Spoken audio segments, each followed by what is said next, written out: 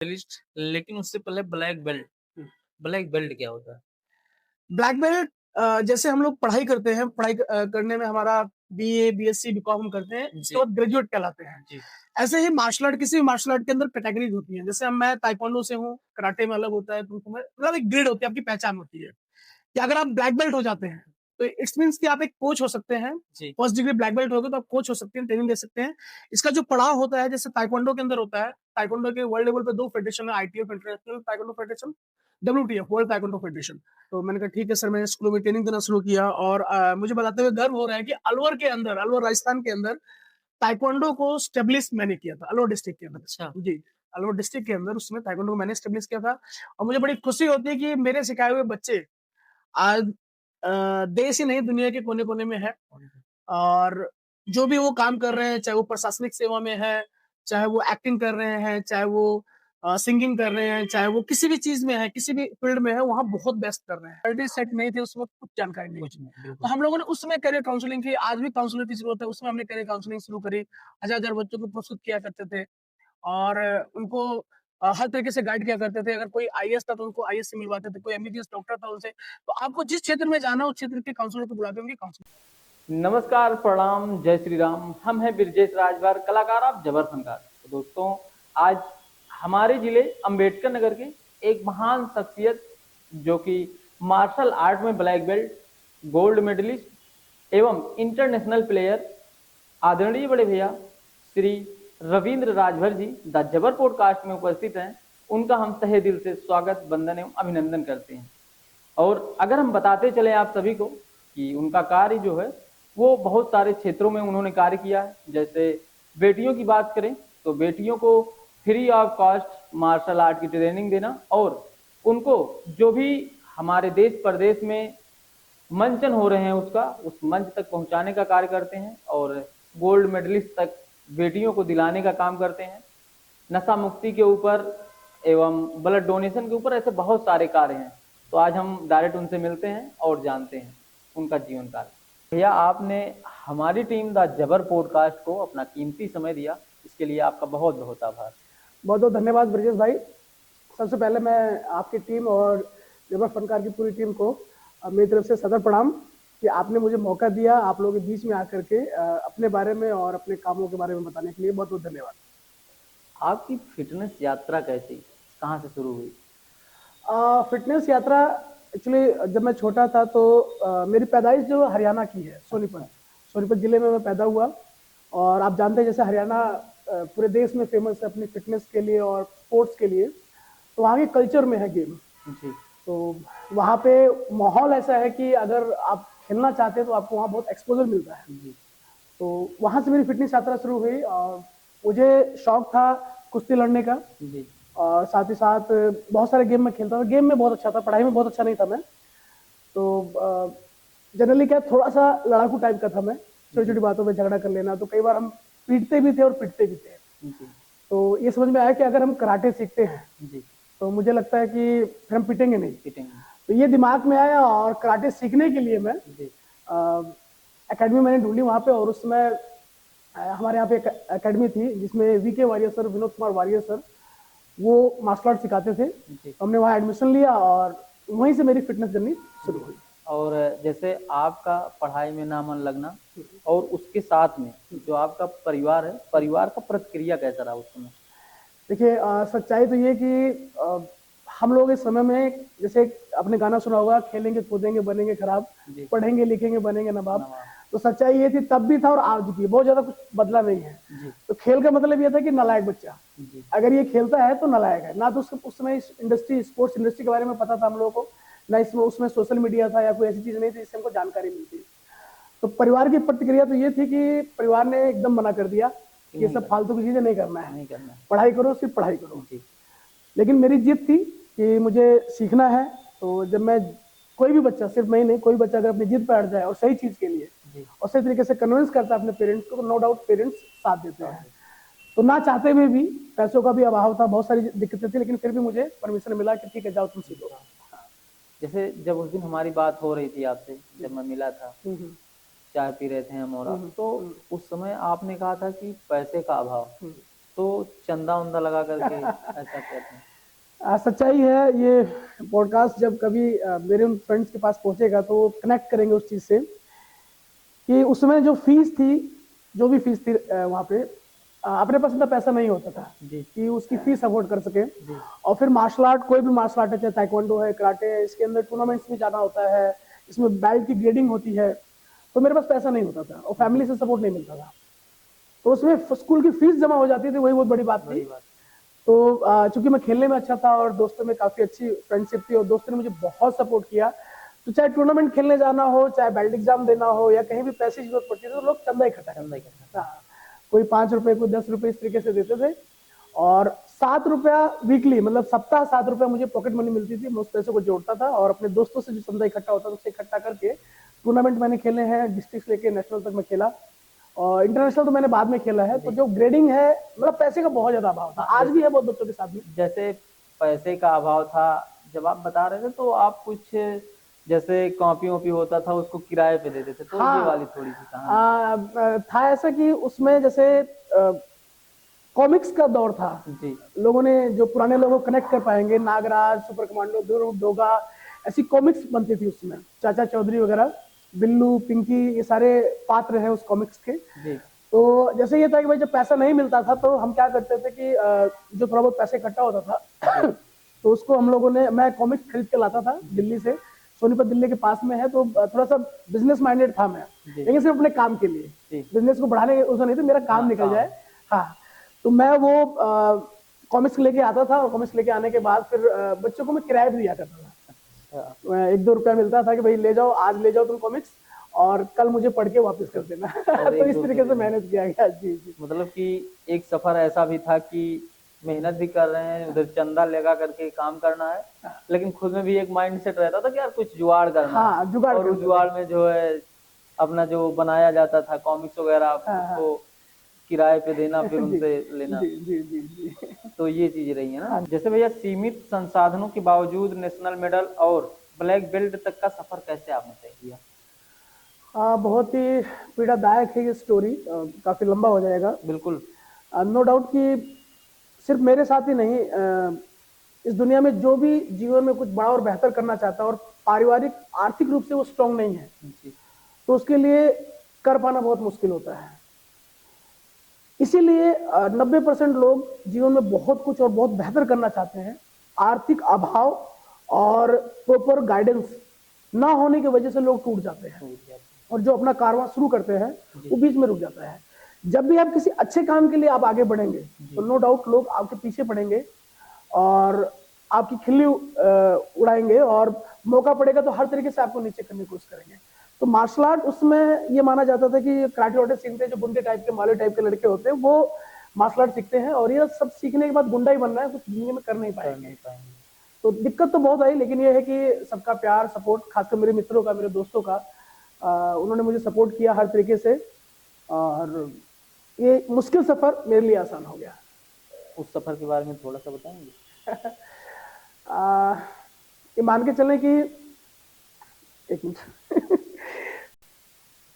तो उसके बारे में थोड़ा सा बताइए कि क्या क्या संघर्ष रहा, और आप वहाँ पे जैसे गोल्ड मेडलिस्ट बनने के लिए, नेशनल लेवल पे करने के लिए इंसान को क्या करना पड़ता है? देखिए, आजकल आप लोग देख रहे होंगे कि जैसे सोशल मीडिया पे बहुत सारे लोगों के जीवन के बारे में बताते हैं। जी जैसे अभी कुछ दिन पहले बिग बॉस में एक लड़का आया था जिसने, जो बॉडी बिल्डिंग में उसने मेडल अचीव किया, और वो सीमेंट की बोरी ढोता था, ट्रक पे लाता था। सोशल मीडिया ने बहुत सारी चीज ऐसी कर दी है जो जब हम लोग सोचते हैं तो वास्तव में मतलब वो दिन याद आते हैं कि कोई नहीं तो कोई नहीं। जी हाँ, तो उस समय शायद सोशल मीडिया नहीं था, कुछ नहीं था। आज के युवाओं के लिए तो बहुत सारी चीजें आसान हो गई, सोशल मीडिया है, चैट जीपीटी है, गूगल है, आप सर्च करके बहुत सारी चीजें जान ले रहे हैं। लेकिन हमारे टाइम में टेलीविजन तक नहीं होता था घरों में, और फोन, टेलीफोन, ये सब तो जैसे ना बड़े लोग जो होते थे उनके पास में होता था, तो हम लोग तो टेलीविजन भी दूसरे घर देखने जाते थे। तो संघर्ष का मतलब ये है कि सिर्फ मैं ही नहीं, मेरे साथ के जितने भी साथी उस चीज से कनेक्ट कर पाएंगे कि कहीं टूर्नामेंट वगैरह होता था या बेल्ट एग्जाम वगैरह होता था, पैसों के अभाव में जो स्थिति बनती थी, वो ऐसा लगता था कि जैसे सब कुछ छोड़ देने का मन करता था। और ये संघर्ष तब से लेके अभी तक बना हुआ है। और जो भी जीवन में कुछ बड़ा और बेहतर करना चाहता है और चाहता है कुछ मैं परिवर्तन लेके आऊं, जी तो उसके साथ में ये दिक्कतें आती हैं। आती है। तो मतलब नो डाउट कि बस ये है कि संघर्ष करिए, परिस्थिति चाहे जैसी भी हो। अगर आपके संघर्ष में दम है और रास्ता सही है तो नो डाउट आपको कामयाबी मिलेगी। काम जैसे गोल्ड मेडलिस्ट, लेकिन उससे पहले ब्लैक बेल्ट। ब्लैक बेल्ट क्या होता है? ब्लैक बेल्ट जैसे हम लोग पढ़ाई करते हैं, पढ़ाई करने में हमारा बीए, बीएससी, बीकॉम हम करते हैं, उसके बाद ग्रेजुएट कहलाते हैं। जी ऐसे ही मार्शल आर्ट, किसी भी मार्शल आर्ट के अंदर कैटेगरीज होती हैं। जैसे मैं ताइक्वांडो से हूँ, कराटे में अलग होता है, तुमसे मतलब एक ग्रेड होती है, आपकी पहचान होती है कि अगर आप ब्लैक बेल्ट हो जाते हैं तो इट्स मीन्स कि आप एक कोच हो सकते हैं। जी फर्स्ट डिग्री ब्लैक बेल्ट हो गए तो आप कोच हो सकते हैं, ट्रेनिंग दे सकते हैं। इसका जो पड़ाव होता है, जैसे ताइक्वांडो के अंदर होता है, ताइक्वांडो के वर्ल्ड लेवल पे 2 फेडरेशन है, ITF international taekwondo federation, WTF world taekwondo federation, अब उसको डब्ल्यूटी के नाम से बोला जाता है, वर्ल्ड ताइक्वांडो। तो इसमें जैसे व्हाइट बेल्ट होता है, इसके बाद येलो स्ट्राइप, फिर येलो बेल्ट, फिर green stripe, green belt, blue stripe, blue belt, red stripe, red belt, फिर ब्लैक स्ट्राइप, ब्लैक बेल्ट। मतलब 9 बेल्ट हमको स्टेप बाय स्टेप क्लियर करना होता है, उसका सिलेबस होता है, उसको कंप्लीट करते हैं, फिर हम लोग ब्लैक बेल्ट करते हैं। ब्लैक बेल्ट के बाद ब्लैक बेल्ट फर्स्ट टर्न से लेकर 9 डिग्री तक जी अलग से ब्लैक बेल्ट होते हैं। मतलब ब्लैक बेल्ट में भी कई कैटेगरी कई कैटेगरी। है ना, जैसे आपने ग्रेजुएशन कर लिया, फिर आपको ग्रेजुएशन करते हैं, पीएचडी करते हैं, ऐसे इसके अंदर भी होता है। तो उसके एग्जाम होते हैं, उसकी फीस देनी होती है। एग्जामिनर आपके एबिलिटी को चेक करता है, आप कितने अच्छे से परफॉर्म कर रहे हैं, आपके थ्योरी को करता है, स्टेमिना को करता है, इसके बाद आपको ब्लैक बेल्ट मिलती है। जी जैसे आप अनवर राजस्थान, हाँ, अनवर है कि अलवर? अलवर, अलवर। अलवर है। अलवर राजस्थान में जब आप प्रशिक्षण दे रहे थे हम्म। तो उस समय का सफर कैसा रहा? देखिए, अलवर जाने का सफर भी मेरा बहुत ही मार्मिक है। मैं ब्लैक स्ट्राइप था, मैं ब्लैक बेल्ट नहीं हुआ था। तो हमारे गुरुजी जिनके अंडर में मैं ट्रेनिंग लेता था, वो उनका ट्रांसफर हो गया किसी काम से, अपने जॉब के पर्पज से वो राजस्थान का ट्रांसफर हो गया, मैं ब्लैक बेल्ट नहीं हुआ। तो मैंने गुरुजी से कहा, उसमें मेरी एज, मैं 10th के एग्जाम दिए थे, मतलब 10th में फेल हो गया था मैं। अच्छा, 10th में भी फेल हो गए थे आप?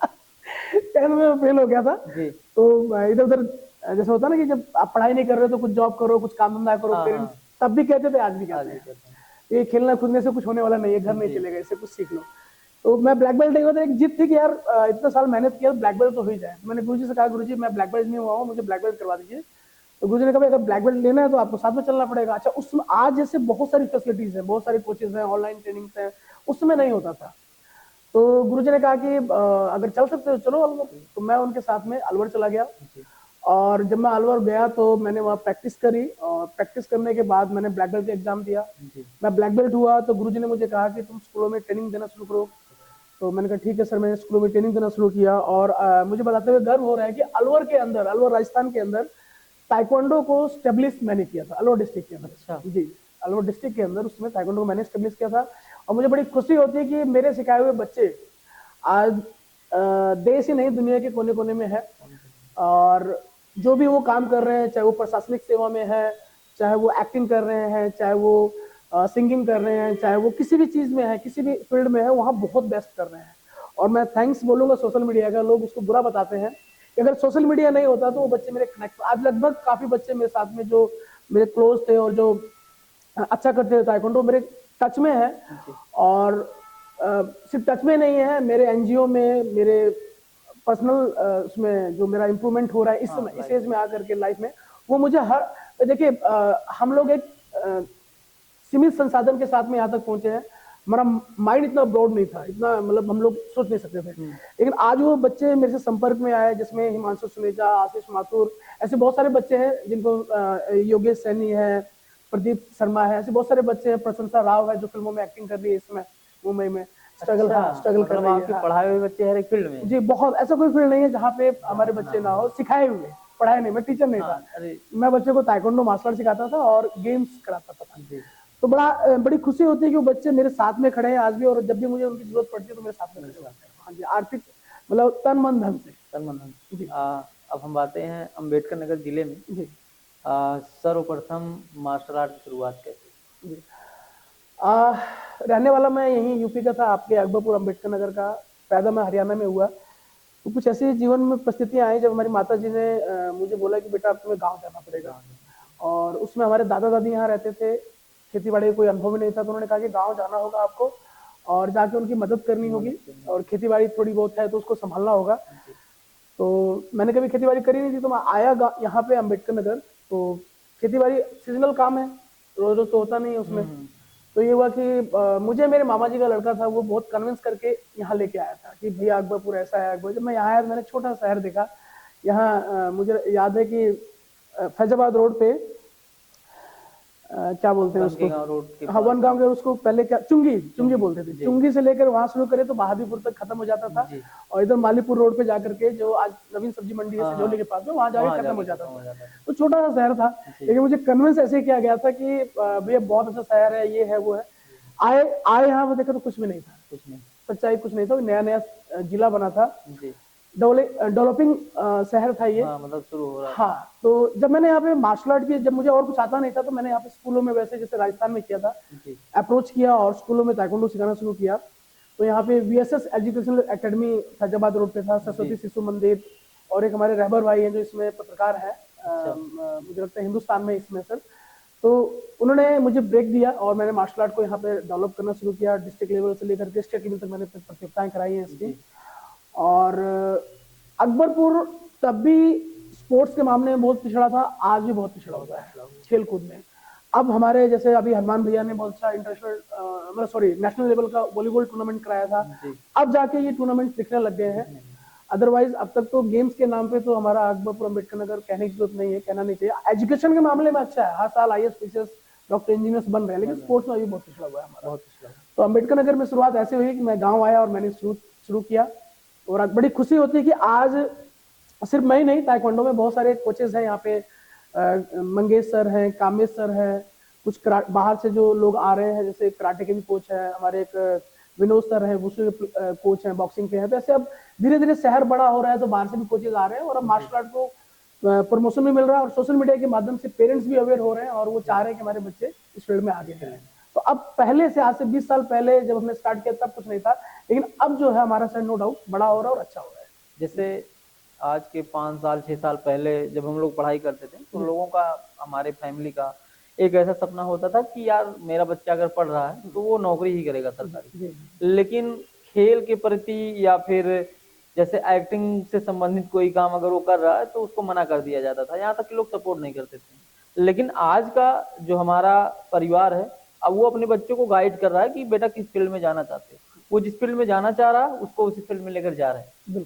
लेकिन हमने ये भी सुना है कि आप अंबेडकर नगर में जिम की शुरुआत की थी। जी बिल्कुल सही बात है ये आपकी कि देखिए, शुरुआत मैंने नहीं करी थी, यहाँ पे सफदर रजा साहब थे जो बॉम्बे हेल्थ क्लब करके चलाते थे। तो जब मैं यहाँ आया तो मार्शल आर्ट के साथ साथ में स्ट्रेंथ ट्रेनिंग के लिए मैं, जैसे मार्शल आर्ट फ्लेक्सिबिलिटी लेके आता है, जिम में स्ट्रेंथ बनती है, तो स्ट्रेंथ ट्रेनिंग के लिए मैंने एडमिशन लिया। और जब वहां पे जाके देखा तो उनके पास कुछ पुरानी मशीनें थी जिसके माध्यम से चल रहा था।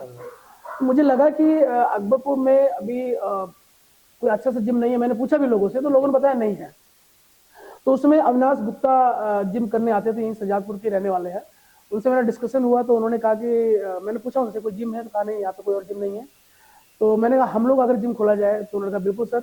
तो उसमें जो बच्चे मेरे पास मार्शल आर्ट सीखते थे, उसमें अविनाश गुप्ता भी थे और भी कई बच्चे थे, ब्रजेश सिंह थे, ऐसे कुछ बच्चे थे जिनसे मैंने कहा भाई खोला जाए, तो उन्होंने कहा सर खोला जाए। तो कुछ डोनेशन मैंने उन लोगों से लिया, कुछ पैसा मैंने अपने परिवार से लिया। जो सच्चाई बताऊं तो उसमें मेरे परिवार ने वो पैसा ब्याज पे लेके मुझे दिया था। अच्छा।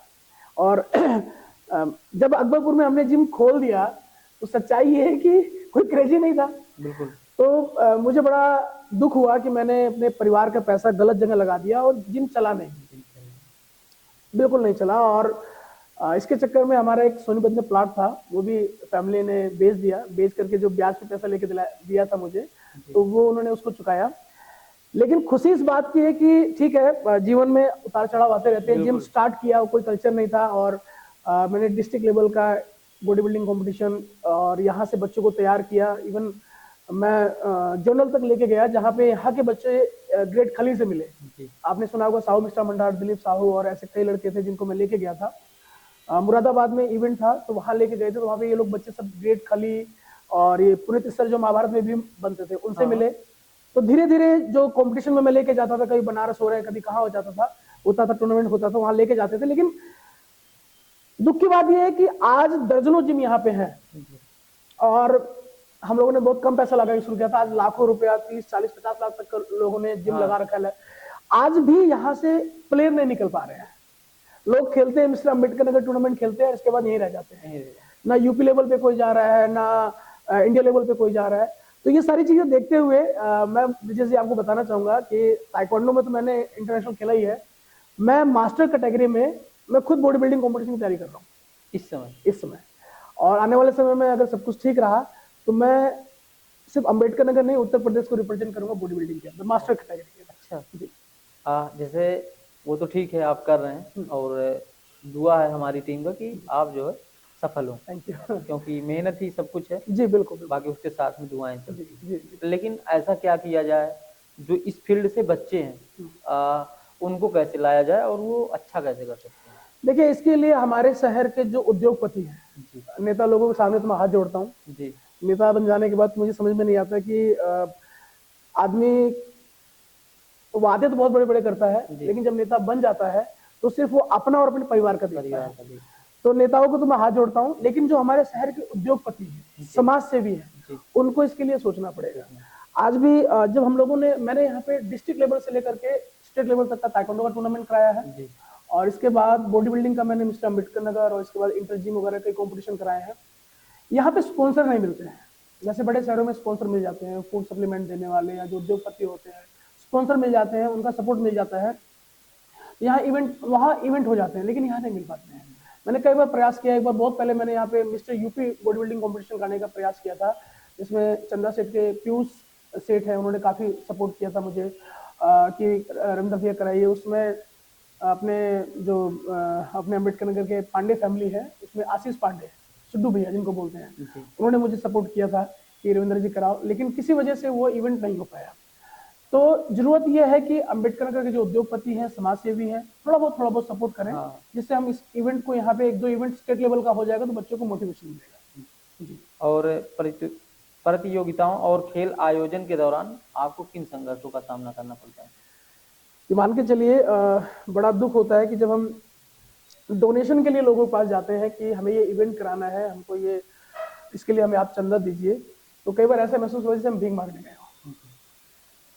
तो दिक्कतें तो इतनी आती है कि अब कोई सीना फाड़ के तो नहीं दिखा सकता ब्रिजेश भाई, बिल्कुल है ना, कि जो आप, जैसे होता क्या है कि जैसे हम कोई भी इवेंट कराते हैं यहाँ पे, लोगों ने यहाँ पे अम्बेडकर महोत्सव और ऐसे ऐसे बड़े बड़े इवेंट्स डीएम साहब ने सपोर्ट किया, तो बड़े बड़े इवेंट्स, इससे पहले जो अविनाश जी थे उन्होंने सपोर्ट किया, बहुत अच्छे इवेंट्स यहाँ पे हुए। हाँ, एक चीज मैंने देखा है कि अगर यहाँ कोई उद्योगपति, नेता या बिजनेसमैन वो किसी को फोन कर देते हैं, उनको डोनेशन मिल जाता है, लेकिन अगर आम आदमी जाकर के किसी के पास बैठता है कि भाई मैं ये इवेंट कराना चाहता हूँ और मुझे आपका सपोर्ट चाहिए, तो ऐसा लगता है हम भीख मांगने बैठे हैं। वो इस चीज को नहीं समझते हैं कि अगर हम कोई इवेंट यहाँ कराते हैं, स्पोर्ट्स की एक्टिविटी बढ़ेगा तो हमारे यूथ को मौका मिलेगा स्पोर्ट्स इंडस्ट्री में जाने के लिए। और दूसरी बड़ी बात यह है कि हमारे जो और बच्चे हैं उनसे प्रेरित होंगे। आज बॉडी बिल्डिंग में, मार्शल आर्ट में या किसी भी स्पोर्ट्स में आप बेहतर करते हैं तो आपके लिए रिजर्व कोटा होता है स्पोर्ट्स का, उससे आपको नौकरी मिलती है, लेकिन हमारे बच्चों को पता ही नहीं। बहुत कम बच्चे हैं जो स्पोर्ट्स कोटे से जाकर के नौकरी हासिल कर रहे हैं, तो बहुत ज्यादा दिक्कत होती है, तब भी होती थी, अभी भी हो रही है। लोग नहीं सपोर्ट करते हैं स्पोर्ट्स के नाम से। और मैं आपके इस कार्यक्रम के माध्यम से मैं सबसे अनुरोध भी करूंगा कि भाई सपोर्ट करना शुरू करिए, सिर्फ मुझे ही नहीं, कोई भी अगर आपके पास किसी अच्छी एक्टिविटी के लिए जाता है, ज्यादा नहीं, थोड़ा बहुत स्पोर्ट्स करिए, जिससे हमारे जिले में स्पोर्ट्स की एक्टिविटी बढ़े। सिर्फ अम्बेडकर नगर उत्तर प्रदेश में नहीं, पूरे दुनिया के अंदर विश्व पटल पे जाकर के अपना नाम जैसे अभी आपने कहा कि जो संघर्ष होता है, अगर हम किसी के पास बैठते हैं तो जैसे लगता है कि भीख मांग जी, और लोग देना नहीं चाहते जी। तो लेकिन मुझे जहाँ तक लगता है कि अम्बेडकर नगर जिले में जब हम आगे बढ़ेंगे तब लोग आते हैं जी, लेकिन ऐसा क्या किया जाए कि संघर्ष के दौरान कोई भी व्यक्ति हो, अगर वो संघर्ष कर रहा है, ऐसा क्या किया जाए कि लोग उसका सपोर्ट करें? देखिए, करना सिर्फ इतना है कि लोगों को अवेयर करना होगा और लोगों को जागरूक करना होगा। जैसे जब चीजें समझ में आई मुझे, तो मुझे कुछ लोगों ने गाइड किया मुझे अनुभव नहीं था, तो मैंने एक ट्रस्ट बनाया, Prema Radhe memorial educational charitable trust. लोगों ने बताया टॉयलेट एटीजी करा लीजिए, सीएसआर करा लीजिए, आपको डोनेशन मिलेगा, तो जो डोनेशन देगा उसको टैक्स में रिबेट मिलेगा। मैंने वो भी किया 2-2.5 लाख रुपए खर्च किए उसको सारा सेटअप करने में। दिक्कत तो बहुत आई, जी, लेकिन अभी क्या है कि लोग सपोर्ट करने लग गए हैं। इवन जैसे कि आपने अभी शुरुआत में बताया था कि मैं बेटियों के लिए निःशुल्क आत्मरक्षा का प्रशिक्षण पिछले 2 सालों से दे रहा हूँ। पहले कैंप लगा के, अब रेगुलर हम लोग कर रहे हैं इसमें। और इस आयोजन को सफल बनाने के लिए मैं तो ये कहता हूँ, मुझे मात्र 21 रुपया दीजिए महीना, जी, 21 रुपीज, 21 रुपया दीजिए, 51 रुपया दीजिए, 101 रुपया दीजिए, इससे ज्यादा नहीं चाहिए मुझे। नहीं, अगर अकबरपुर अंबेडकर नगर में जैसे हमारा ट्रस्ट है और आप लोग भी इतनी मेहनत कर रहे हैं, जी, लोगों को थोड़ा थोड़ा सपोर्ट करें। अगर आपको लगता है कि हम उस पैसे को यूटिलाइज अपने पर्सनल काम के लिए कर रहे हैं, जी, तो मत दीजिए ज्यादा, ज्यादा मत दीजिए, थोड़ा थोड़ा दीजिए।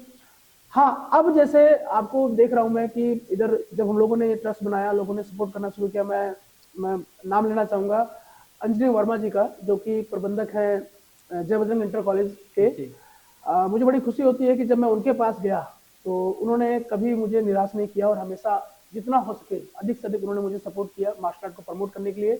और जब मैं मास्टर कैटेगरी में पहली बार इंटरनेशनल मेडल जीत के आया, जी, तब भी उन्होंने मुझे 11,000 रुपए देकर के मुझे सम्मानित किया।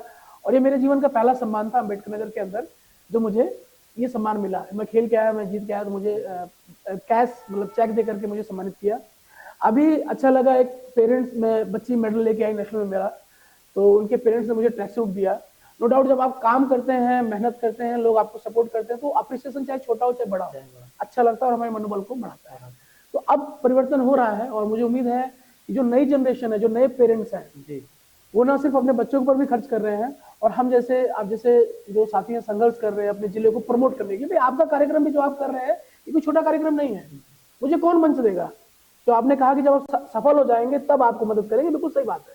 लेकिन आज जब मेरे संघर्ष के समय में आपने मुझे मौका दिया अपनी बात रखने के लिए, हो सकता है आपका पॉडकास्ट देख करके लोग मुझे समझें और मुझे सपोर्ट करें। तो जैसे आप मुझे मौका दे रहे हैं अपनी बातें रखने के लिए, ऐसे अगर कल को हमें भी अच्छा सपोर्ट मिलता है, तो हम लोग हर तरीके से आपको भी सपोर्ट करेंगे, जिससे आपको भी वो सारी चीजें मिल सके जिसको आप डिजर्व करते हैं। मुझे लगता है अम्बेडकर नगर के अंदर आपकी टीम ऐसी है जिसने एक्टिंग को, जी, मतलब एक्टिंग करना लोगों को सिखाया है।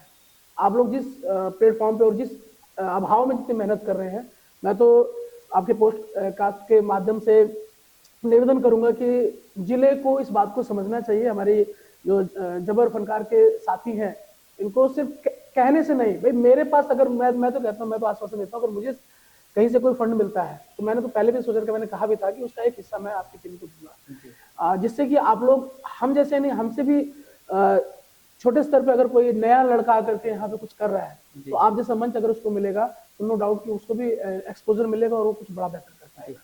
तो इसके लिए बहुत बहुत धन्यवाद कि आप लोग इतना बड़ा काम कर रहे हैं इतने सीमित संसाधनों के साथ। नहीं, जैसे देखिए जो भी है वो आप सबकी दुआओं से है, और मेरे पास तो कुछ भी नहीं है, आप लोगों लोगों की का प्यार है। मेहनत है, आप लोगों की मेहनत है। और जैसे आपने कहा कि कोई व्यक्ति अगर संघर्ष कर रहा है, तो ये हमारी टीम का भी रहता है कि अगर कोई जो व्यक्ति सही में मेहनत कर रहा है, उसको ये मंच मिलना चाहिए, चाहे उसके फॉलोअर्स हो या कुछ हो या ना हो, उससे हमें कोई मतलब नहीं होता।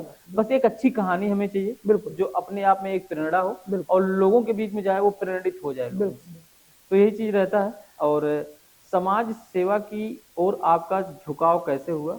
राजभर समाज और सर्व समाज के लिए कैरियर काउंसलिंग, रक्तदान, महिलाओं के लिए आत्मरक्षा प्रशिक्षण, नशा मुक्ति अभियान, इन सब कार्यों के पीछे आपकी मूल सोच क्या है? देखिए, जब मैं ये अपना स्पोर्ट्स एक्टिविटी कर रहा था अम्बेडकर नगर के अंदर, तो मेरी एक्टिविटी को देख के हमारे रिलेशन में हमारे फूफा जी हैं, श्री राम धनी राजभर जी, वो ग्रामीण बैंक में मैनेजर थे, रिटायर हो गए हैं। उन्होंने मेरी एक्टिविटी देख करके मुझे कहा कि रविंद्र जी, आपको कुछ अपनी सोसाइटी के लिए भी करना चाहिए। तो मैंने कहा अपनी सोसाइटी के लिए जो अकबरपुर, मैं उसमें ज़्यादा कुछ जानता नहीं था, उस शुरुआत की बात है कि अकबरपुर के विधायक अपनी सोसाइटी से हैं, राजभर समाज से हैं और सारी चीज़ें मुझे उससे अच्छी लग रही है, मुझे नहीं लग रहा कोई कमी होनी चाहिए। तो मैंने नहीं देखा था। उन्होंने कहा कि थोड़ा विजिट करिए सोसाइटी के अंदर, देखिए क्या स्थिति नहीं है। वास्तव में जब मैं विजिट किया तो मैंने देखा कि हमारा जो शहर है, जिला तो बन गया था, लेकिन ग्रामीण परिवेश में बहुत सारी चीज़ों का अभाव था। यहाँ पे ब्लड बैंक, जब मैंने ब्लड डोनेशन की प्लानिंग करी और ब्लड डोनेशन के लिए हमने कैंप करने का सोचा, पहला कैंप, तो मनोज कुमार गुप्ता सर हैं जो इसमें पीजीआई टांडा में है, उसमें स्टार्ट किया था उन्होंने ब्लड बैंक। तो पहला ब्लड बैंक खुला था हमारे अम्बेडकर नगर। तो प्राइवेट ब्लड बैंक भी हो गया, सरकारी यहाँ जिला अस्पताल में भी हो गया है। तो उन्होंने शुरू किया था। तो हम लोगों ने हम उनसे मिले, उनसे बोला कि हम लोग डोनेट करना चाहते हैं, ब्लड डोनेट, और इस तरीके से तो उनका काफ़ी सपोर्ट मिला मुझे। जी और उसमें बहुत सारे ऑर्गेनाइजेशन नहीं थे जो डोनेट करते हो, तो उसके बाद धीरे धीरे आज बहुत सारे ऑर्गेनाइजेशन है। अच्छा, सच्चाई तो ये है कि जब सोसाइटी की परिस्थितियां देखी और देखा कि युवाओं के अंदर बहुत सारी चीज़ों की जानकारी नहीं है, जी तो ये हुआ कि जो बच्चे हाई स्कूल इंटर में फर्स्ट डिवीजन पास होंगे, चाहे वो राजभर समाज के हो, चाहे वो अन्य समाज के हो, उनको इकट्ठा किया जाएगा, उनकी डिटेल इकट्ठी की जाएगी और उनके बाद उनको पुरस्कृत किया जाएगा जो फर्स्ट डिवीजन पास होंगे। जी तो अब चूंकि फंड की कमी होती है तो लोगों से सपोर्ट लिया गया, और इसके बाद जो है जो बच्चे फर्स्ट डिवीजन पास होते थे उनको मेडल, प्रशस्ति पत्र, और जो हमसे हो पाता था कुछ ना कुछ सपोर्ट करते थे। जी मेन मोटो था हमारा काउंसलिंग, कि जैसे बच्चा कोई आईएएस बनना चाहता है, आज तो सोशल मीडिया है, फोन्स हैं, आप हाँ। सर्च करके देख लीजिए क्या बनना है, सारी डिटेल मिल जाती है, ChatGPT से पूछ लीजिए मिल जाएगा। जी लेकिन सच्चाई है जब ये मल्टी सेट नहीं थे उस वक्त कुछ जानकारी नहीं कुछ थी, नहीं तो बिल्कुल हम लोगों ने उसमें करियर काउंसलिंग की। आज भी काउंसलिंग की जरूरत है, उसमें हमने करियर काउंसलिंग शुरू करी, हजार हजार बच्चों को प्रस्तुत किया करते थे और उनको हर तरीके से गाइड किया करते थे। अगर कोई आईएएस था तो उनको आईएएस से मिलवाते थे, कोई एमबीबीएस डॉक्टर था उनसे, तो आपको जिस क्षेत्र में जाना उस क्षेत्र के काउंसलर को बुलाते उनकी काउंसलिंग करते थे। और रही बात जैसे महिलाओं के सशक्तिकरण के लिए, तो हमारी वाइफ भी काफी प्रयासरत रहती हैं, एडवोकेट संध्या राजभर, वो भी काफी सराहनीय काम करती हैं सोशल एक्टिविटी के लिए। देखिए बहुत सारी चीजों समय के हिसाब से हमने अपने अंदर भी चेंजिंग मैं लेके आया। सच्चाई ये है कि जब हमारे पास एक टाइम था, हमारा बिजनेस ठीक ठाक चल रहा था, कई चीजें बहुत बेहतर चल रही थी, तो तब हमें इतना पैसों की दिक्कत नहीं थी। एक समय ऐसा आया कि किन्हीं कारणों से मुझे जेल भी जाना पड़ा। जी जेल होके आया तो उसमें मानसिक, शारीरिक, आर्थिक हर तरीके से मैं बहुत नुकसान में हुआ, बहुत लॉस उठाया। और मैंने देखा कि उस दौरान एक समय ऐसा आ गया था, ऐसा लग रहा था कि जीवन में कुछ बचा नहीं है। जी मुझे पता। मैंने आपसे बोला था कि इवन मैंने भी, जैसे होता है कि उस संघर्षशील व्यक्ति की तरह जो जीवन में सफल नहीं होता है, तो कई बार ऐसे स्टेप्स होता है कि मैं सुसाइड कर लूं।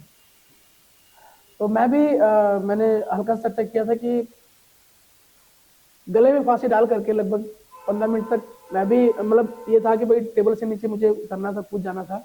लेकिन जब मैंने अपने मेडल, मोमेंटोज और मेरे अचीवमेंट्स को देखे तो मैं 15 मिनट तक सन्न रह गया, मैं करने क्या जा रहा हूँ। सही बात है कि जब आप टूट जाते हैं, वो जब वो सिचुएशन आती है, अब सोचिए कि एक अच्छा वाला आदमी समाज सेवा कर रहा है, सब कुछ, कोरोना आ जाता है, कोरोना के बाद से मतलब जो उसका सब सब खत्म हो जाता है।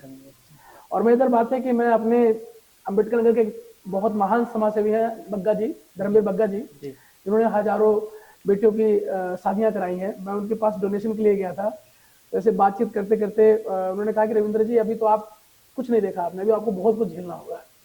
और उन्होंने एक बात कही जो मुझे चुभती है, जो अपने उत्तर प्रदेश की जातिवादी जो वो है उसको दर्शाता है। उन्होंने कहा जितना काम आपने किया, अगर आप राजभर ना होकर कोई अन्य बिरादरी होते ना तो आप बहुत आगे जाते। ये भगत जी का स्टेटमेंट था। और कहा अभी आपने कुछ देखा नहीं है। तो मैं क्या ना, यहाँ पे सबसे बड़ी दिक्कत क्या है कि आप समाज सेवा करते हैं ना, तो उनको लगता है कि समाज सेवा नहीं, ये तो नेता बनना चाहता है। तो यहाँ के जो नेता है ना, वो उनको कॉम्प्लेक्स हो जाता है कि यार ऐसा ना हो कि मेरी कुर्सी छीन जाए। तो सच्चाई ये है कि जब भी आप कुछ बड़ा और बेहतर करना चाहेंगे, कुछ बदलाव करना चाहेंगे, आप मुझे बताइए, आज आप देख रहे होंगे सोनम वांगचुक, जिसके ऊपर 3 इडियट मूवी बनी है, इसमें वो कहाँ है? जेल में। पर्यावरणविद जिन्होंने कई कई इंटरनेशनल लेवल अचीवमेंट्स उन्होंने किए हैं, सोनम वांगचुक जी इस समय जेल में है। तो मैं क्या चीज हूँ? इतने बड़े बुद्धिमान, इनकी जीवनी पे 3 इडियट मूवी बनी है। हाँ वहां से हम लोग प्रेरणा लेते हैं। हाँ, बहुत अच्छी सोनम movie है। वांगचुक जी, अब उनके बारे में आप गूगल करके देखिए, आपको समझ में आएगा वो क्या व्यक्ति है, लेकिन इसमें जेल में है, उनकी स्वास्थ्य खराब है। तो मैं तो छोटी चीज हूँ। अच्छा, जब आप बता रहे थे कि मैं जेल से आया और पंखे से लटका था 15 मिनट तक, ये था, और आपने मोमेंटो देखा, अपना मेडल्स देखा, और वहाँ पे परिवर्तन आता है, वो कैसा परिवर्तन रहा?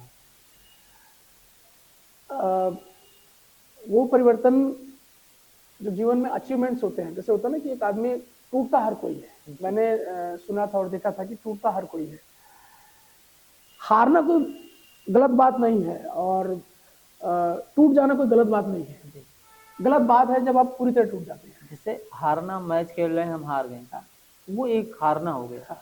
लेकिन हारने के बाद जो टूटता है इंसान, हर एक तरफ से, परिवार से, खुद से, बच्चों से, फैमिली से, मतलब हर एक तरफ से टूटता है, तो मुझे लग रहा कि वही समस्या आपके पास थी, नहीं बिल्कुल तो वही फांसी क्यों लगाते हैं आप? बिल्कुल वही समस्या थी कि फाइनेंशियली दिक्कत, और परिवार के लोगों ने कहा कि जब पैसा कमा रहा था, हमने कहा तुम सेविंग करो, अच्छा कर सकते हो, सेविंग नहीं की, मैंने उनकी बात नहीं मानी। नो डाउट कहीं ना कहीं गलतियां मेरे से हुई, जिसकी वजह से ये स्थिति आई कि मुझे सुसाइड अटेम्प्ट करना पड़ा। हालांकि मैंने किया नहीं, मैं कूदा नहीं, अगर कूद जाता तो शायद आज आपके साथ में बैठा होता। और मुझे लगता है कि वो मेरा बहुत कम, मैं किसी के साथ भी सिचुएशन आ सकती है ब्रिजेश भाई।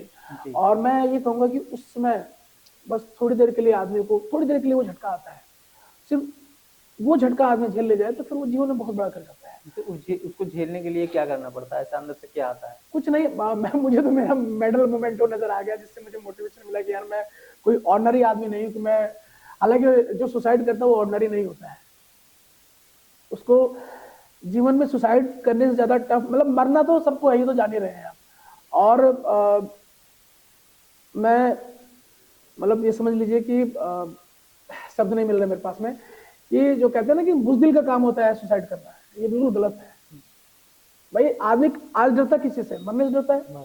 लेकिन अगर कोई अपने आप को खत्म कर दे रहा है, उससे बड़ा बहादुरी, बहादुरी नहीं कहेंगे, बुज़दिली कहेंगे, मैं आपके माध्यम से कुछ कहूँ। लेकिन सिचुएशन बहुत खराब होती है, और वो जब होती है जब आपका भाई, आपकी बहन, आपकी बीवी, आपके बच्चे, आपके माता, आपके पिता आपको ये कह दें कि तुम बेकार हो, तुम्हारे पास की कुछ नहीं है। सोसाइटी माफ नहीं करती है ब्रिजेश भाई, गलती नहीं माफ करती है। आज मैं 35 बार ब्लड डोनेशन किया है, और न जाने कितनी बार, मेरी वाइफ भी इस बात को जानती है कि रात के 1 बजे फोन आ रहे हैं, भैया एक्सीडेंट हो गया, मैं कार उठा रहा हूँ, बाइक उठा रहा हूँ, पहुंच जा रहा हूँ, एडमिट करवा रहा हूँ। और जब ऐसी सिचुएशन आई तो हमेशा लोगों के साथ खड़ा रहा, ब्लड देना हुआ, ब्लड हुआ, या कुछ भी जब भी सिचुएशन बैठी। लेकिन जब एक सिचुएशन आई तो लोग भी साथ नहीं खड़े। साथ मतलब ब्लेम कर दिया कुछ लोगों को छोड़ करके। ऐसा नहीं है, कुछ लोग तो मेरे साथ में तब भी खड़े थे, आज भी खड़े हैं, जिसमें हमारे वीरेंद्र भैया हैं, जो उनका मैंने नुकसान भी काफी करवाया है, लेकिन वो आज भी मेरे साथ खड़े हैं। वो कभी भी उन्होंने मेरा साथ नहीं छोड़ा है, वो टीचर है। और मुझे शर्म भी आता है, मेरे साथ भी बहुत, सही बताऊं ब्रिजेश भाई, जीवन में हारना बहुत दुखदाई होता है, हारना बहुत दुखदाई होता है, खासकर जीवन की रेस में। और फाइनेंशियली कमजोर होना बहुत बड़ा अभिशाप है। अगर आपके पास पैसा नहीं है तो आपकी कोई वैल्यू नहीं है, कोई वैल्यू नहीं है। तो कहते हैं ना कि पैसा बड़ी चीज नहीं होती है, आज के टाइम में पैसा बड़ी चीज है। लेकिन जैसे आपने राजनीति में आने का निर्णय क्यों लिया? क्या आपको लगता है कि अगर मैं राजनीति में आता हूं तो बहुत कुछ बदला जा सकता है, जैसे कि अकबरपुर और अंबेडकर नगर सहित उत्तर प्रदेश में? बिल्कुल बदला जा सकता है।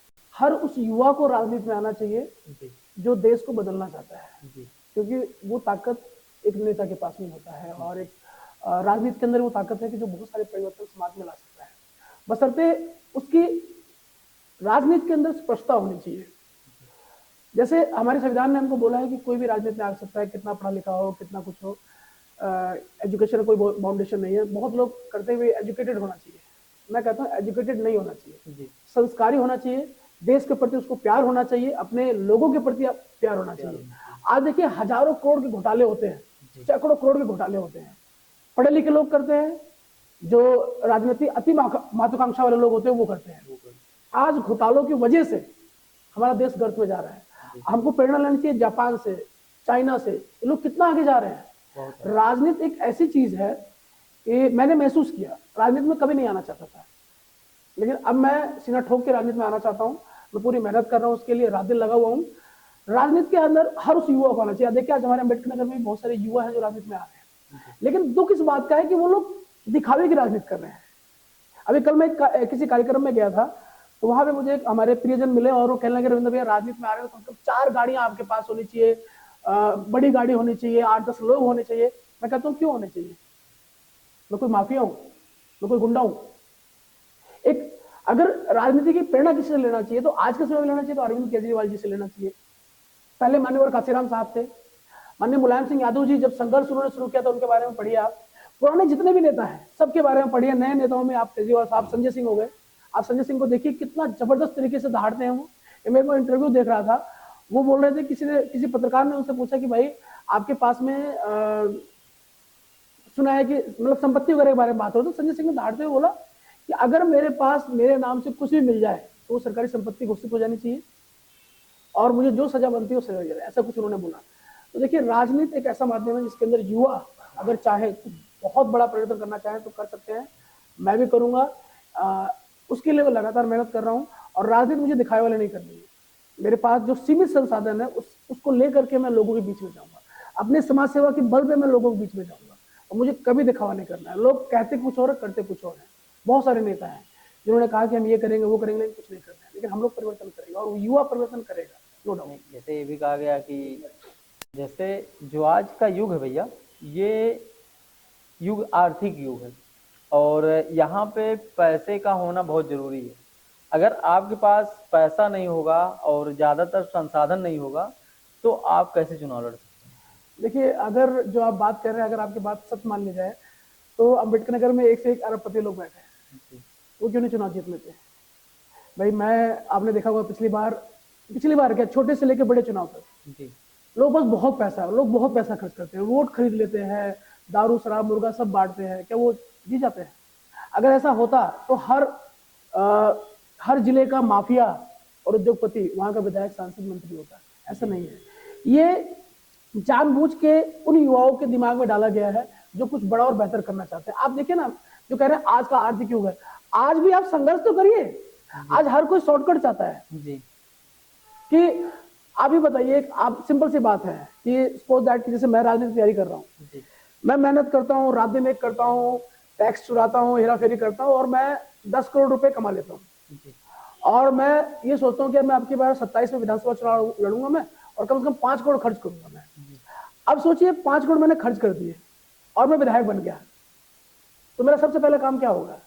वो 5 करोड़ रुपए 15 करोड़ बनाकर मुझे वापस लेना। आप मुझे बताइए पैसे की क्या जरूरत है? हमारा संविधान ये कहता है, हमारा कानून ये कहता है कि आपको एक लिमिट दायरे में ही पैसा खर्च करना है। हम क्यों खर्च करें भाई? मैं ये कहता हूं कि मैं इस बार चुनाव लड़ूंगा, हो सकता है जनता मुझे अपना आशीर्वाद ना दे, फिर लड़ा जाएगा, काम किया जाएगा, लोगों के बीच में जाया जाएगा। पैसे से चुनाव नहीं जीत सकते हैं आप। अगर ऐसा होता तो हर माफिया, हर जो बड़े नेता हैं उनके बच्चे और उद्योगपति वो नेता बन के हमारे ऊपर राज करेंगे। ऐसा कुछ नहीं है। जनता जिसको सोच लेगी उसको वोट देगी, उसको जिताएगी, तो ये परिवर्तन होगा। जैसे मैंने आजकल ये भी देखा है कि जो राजा है उसी का बेटा राजा बनेगा, ऐसा कुछ है? नहीं, ऐसा नहीं है, बिल्कुल नहीं है। बेशक ऐसा नहीं है कि राजा का बेटा राजा नहीं बन सकता, लेकिन उसके अंदर वो राजा वाले गुण होने चाहिए, नेतृत्व करने वाले गुण होने चाहिए। जनता के बीच में जाए, उनका दुख सुख सुने, उनके साथ में बैठे उठे, कुछ ऐसी क्रिएटिविटी करे। जैसे मेरे साथ समय जीवन में जब ऐसा समय आया जब मेरे पास पैसा नहीं रह गया, तो मुझे मार्शल आर्ट आता था, तो मैंने फ्री मार्शल आर्ट सिखाना शुरू कर दिया। मैं बड़े बड़े आयोजन नहीं कर सकता तो मार्शल आर्ट तो सिखा सकता हूँ। मेरी एक अकेडमी अकबरपुर में है जहाँ बेटियां बिल्कुल फ्री सीखती है। इसके अलावा 2 अकेडमी और चलती है जहाँ मैं पैसे लेता हूँ, फीस लेता हूँ। वो उस पैसे से मेरी दाल रोटी चल रही है, बच्चों की पढ़ाई चल रही है, मेरा अपना खर्चा चल रहा है। बाकी मेरा जो टैलेंट है उसके माध्यम से मैं समाज सेवा कर रहा हूँ। तो समाज सेवा करने के लिए पैसा नहीं भी, एक सोच चाहिए। आपके पास जो हुनर है उसको लेकर के आप समाज में उतरिए ना। और हम उतरे तो लोग सपोर्ट कर रहे हैं मुझे, आप सपोर्ट कर रहे हैं लोग, तो सफलता मिलेगी, नो डाउट मिलेगी। लेकिन आपको एक मानसिक रूप से तैयार होना पड़ेगा कि क्या क्या परेशानी आएगी। जैसे आज थोड़ा सा हम लगभग सारी चीज़ों पे तो चर्चा हो ही गई है, कुछ लास्ट में बचा हुआ है। जैसे युवाओं के लिए आपका स्पष्ट संदेश क्या है? फिटनेस, नैतिकता, लक्ष्य निर्धारण और नेतृत्व आने वाली पीढ़ी को उत्तर प्रदेश और देश को नंबर 1 बनाने में क्या करना चाहिए? देखिए, हम लोगों की, मेरी भी एज लगभग 50 के आसपास होने वाली है। हमारा जिला, हमारा शहर युवाओं के कंधे पे है। जी युवाओं को मेहनत करके पढ़ना होगा, जी फिट रहना होगा जी और हमें दिखावे से दूर भागना होगा। जैसे मेरे पास ऑडी है तो मेरे पास फॉर्च्यूनर है, उसके पास BMW है, तो कैसे करके उल्टा सीधा काम करके मैं वो चीज करूं, ऐसा नहीं करना है। युवाओं को नैतिक शिक्षा ज्ञान देना बहुत जरूरी है। और स्कूलों के अंदर जो मैं नैतिक पतन देख रहा हूँ आजकल, फेयरवेल के अंदर बच्चे इस तरीके से गाड़ियां लेके जा रहे हैं जैसे किसी रैली में जा रहे हो या किसी माफिया के साथ चल रहे हो। तो ये जो कल्चर बढ़ रहा है इसको खत्म करना होगा। युवाओं को नशे से दूर रहना पड़ेगा, फिटनेस पे ध्यान देना पड़ेगा और ये मान के चले कि हमारा उत्तर प्रदेश किस चीज की कमी है, किस चीज़ की कमी है उत्तर प्रदेश के अंदर? नदियां हैं, खेत है, पहाड़ है, इंडस्ट्रीज हैं। बस दिक्कत है कि एक अच्छा नेतृत्व नहीं है जो इन सब चीज। आज हमारे उत्तर प्रदेश की राजनीति जातिवाद पर निर्भर करती है। जातिवाद को लेकर लोग आगे चलते हैं। जातिवाद हो गया, धर्मवाद हो गया, ये हिंदू है, ये मुस्लिम है, ये एससी है, ये फॉरवर्ड है। आज देखिए उत्तर प्रदेश में हो क्या रहा है।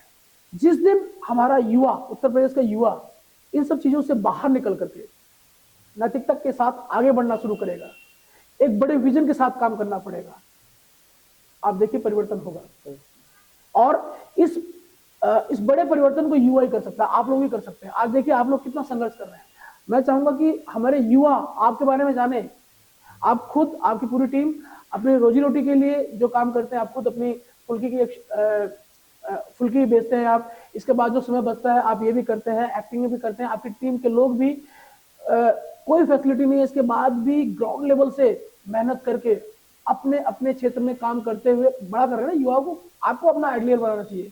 वो उद्योगपति और नेताओं के बच्चों को नहीं, उद्योगपति नेताओं के बच्चों को नहीं, जो फॉर्च्यूनर से चलते हैं, ऑडी से चलते हैं, उनको नहीं। आपको आइडियल, मैं आपको अपना आइडियल मानता हूँ भाई।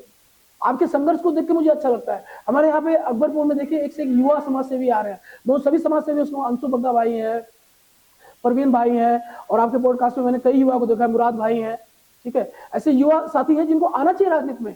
हमारी बहनें भी, हमारी माताएं भी बहुत सारी हैं जो अच्छा काम कर रही है, उनको राजनीति में आना चाहिए। और मैं आपके इस पॉडकास्ट के माध्यम से मैं ये कहना चाहूंगा कि पैसे को नहीं, समाज सेवा को राजनीति, समाज सेवा करने वाले लोगों को जरूरी नहीं है मुझे लेके आए, जो इस समाज में बड़ा और बेहतर कर रहा है, अच्छा कर रहा है, अच्छी सोच के साथ कर रहा है, उसको मौका मिलना चाहिए। और मैं युवाओं को सिर्फ इतना कहूंगा कि फिटनेस पे ध्यान दें, पढ़ाई पे ध्यान दें, टाइम मैनेजमेंट, ये जो मोबाइल है इसका सही तरीके से इस्तेमाल करें। इसमें आज सब कुछ है।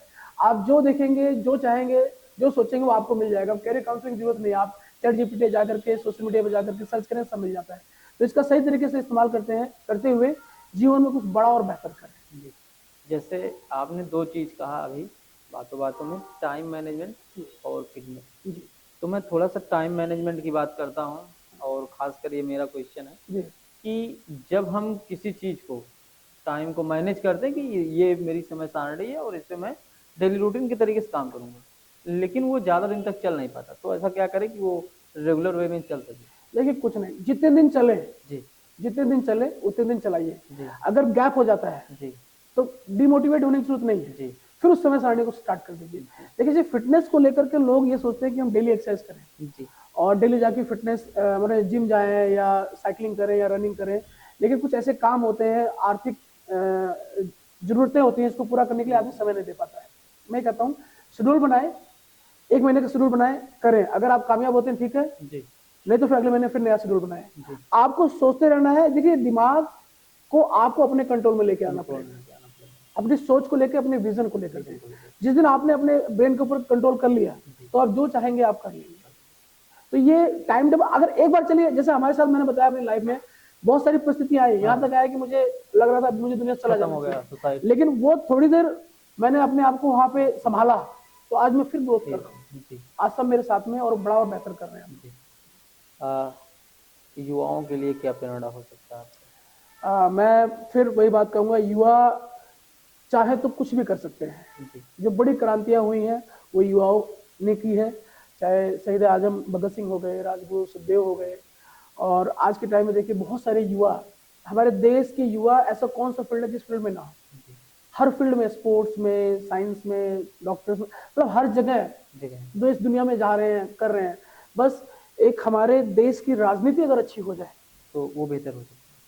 देश की राजनीति अच्छी हो जाए, और राजनीति को अच्छी बनाने के लिए ये जो 60 साल के ऊपर के जितने भी बूढ़े हैं सबको रिटायरमेंट देके घर बैठाना चाहिए, और हमारे युवाओं को आकर के फील्ड को संभालना चाहिए। जितने युवा आ गए, मुझे पता है, पूरी उम्मीद है कि युवाओं के अंदर इतना फ्रॉड नहीं है।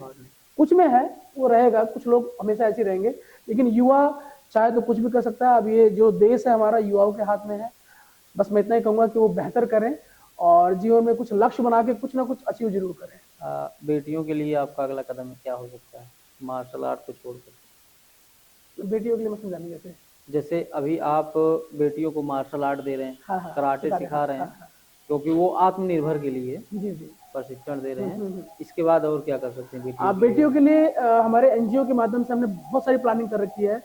बेटियों को ना सिर्फ हम लोग सेल्फ डिफेंस सिखा करके उनको इंडिपेंडेंट बना रहे हैं, सेल्फ डिफेंस के माध्यम से उनको हम ट्रेनर तैयार कर रहे हैं, कोचेस तैयार कर रहे हैं कि वो यहाँ से ब्लैक बेल्ट हों, यहाँ से नेशनल इंटरनेशनल खेलें, अपने अम्बेडकर नगर को देश दुनिया में पहचान दिलाएं। रिप्रेजेंट करें। इसके बाद वो जिस क्षेत्र में भी बेहतर करना चाहते हैं, जी। उनको हमसे जो भी हो पाएगा, हमारे एनजीओ के माध्यम से हम डोनेशन इकट्ठा कर रहे हैं, जो भी हो पाएगा, जितना हो पाएगा हम लोग करेंगे।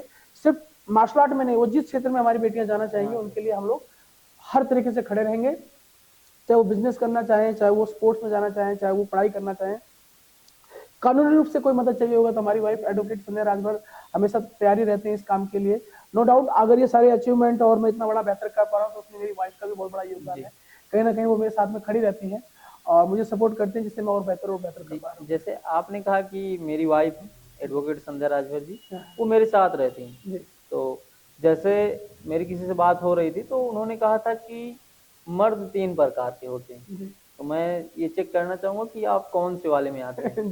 जैसे पहले मर्द वो होते हैं जो चाहते हैं कि मेरी बहन बेटी या मेरी वाइफ मुझसे आगे बढ़े, मुझसे बहुत आगे जाए, लेकिन दूसरे नंबर पे होते हैं वो चाहते हैं वो तो बढ़े लेकिन मुझसे आगे ना बढ़े। और जो तीसरे नंबर पे आते हैं वो सोचते हैं कि अभी भी बेटियों को या पत्नी को, कोई भी लेडीज हो तो उनको सिर्फ चूल्हे चौके तक ही रखना चाहिए। तो आप किस में आएंगे?